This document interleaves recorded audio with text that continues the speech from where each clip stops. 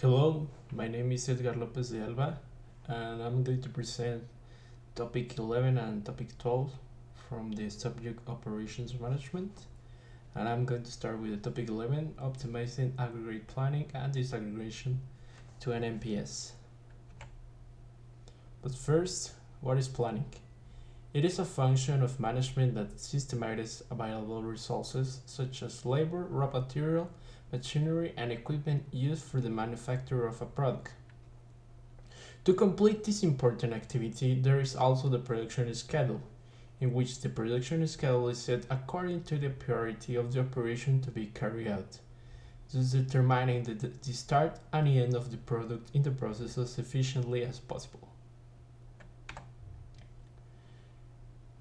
To achieve the quality of a product, it is necessary to consider the resources, labor, machinery, raw material, the time we must conclude the project above all the scope, which refers to how many benefits the realization of the project will bring, and especially if the objective is achievable based on the resources and time we have. Linear programming.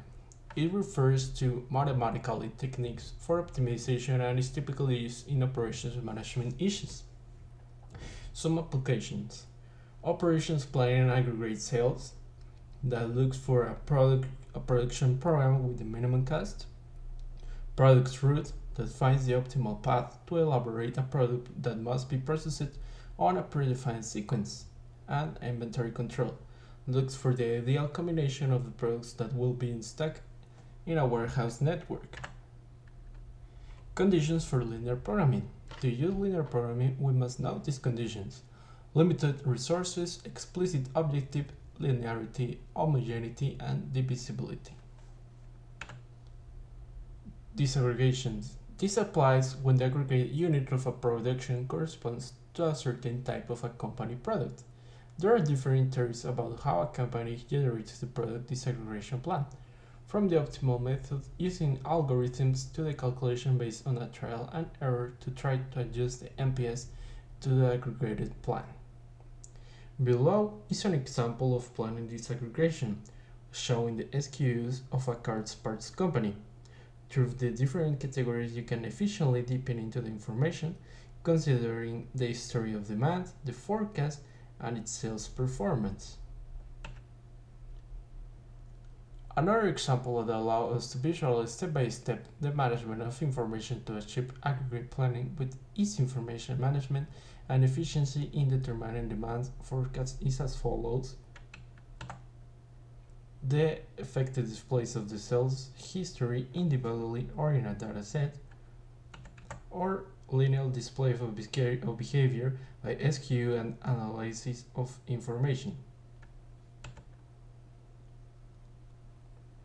Now we are going to the topic 12, that is networks with probabilistic timing and project shortening. What is a project? It's the set of activities that a person or entity develops to achieve a goal. Normally, these activities are interrelated and carried out in a coordinated manner. Wherever you carry out a project, it is necessary to plan in detail. Otherwise, you run the risk of making the work more important because of the cost increases caused by unnecessary delays and lack of coordination. Then, every time you do a project management, you will have to go through three phases, that is, planning, programming, and control. Application of PERT for a project planning. PERT uses strict time estimations for each activity, with its associated probabilities of them occurring. They serve as a calculation of expected values and standard deviation for the times of each activity. For each of the activities in PERT, it is necessary to determine three things: optimistic time, probable time, and pessimistic time. With these three values, you can calculate the estimated completion time or duration and the respective variance if these times follow the beta probability distribution. Therefore, we have this formula that A is for optimistic time for the execution of activity, B is for pessimistic time, M is for most likely time for the execution of the activity, T is for expected time for the execution of the activity, and sigma is for time variance for the execution of the activity. Project definitions and reduction by CPM. The CPM was developed to solve the problem of bartering between time and resources. In this case, the CPM requires of 2 times and cost estimates for each of the activities. Consider that extra effort can reduce the completion time of an activity. The two pairs of estimates using the CPM are called as follows: normal time and cost estimates. Steps to identify the critical path in the paired CPM methodology. First, list the activities that make up the project, determine immediate predecessor activities at each step, estimate the duration, draw a project network describing the immediate predecessor activities and the ones named in steps 1 and 2. Use the project network and activity time estimates to determine the earliest start and the end time for each activity. Use the time required to complete the project and take a backward review on the network to identify the latest start time and the latest completion time for each activity. Calculate the slack of each activity. Find the critical route by defining activities with zero slack. Develop the project's program of activities. So that's it. But before we end this presentation, I have some questions for my classmates.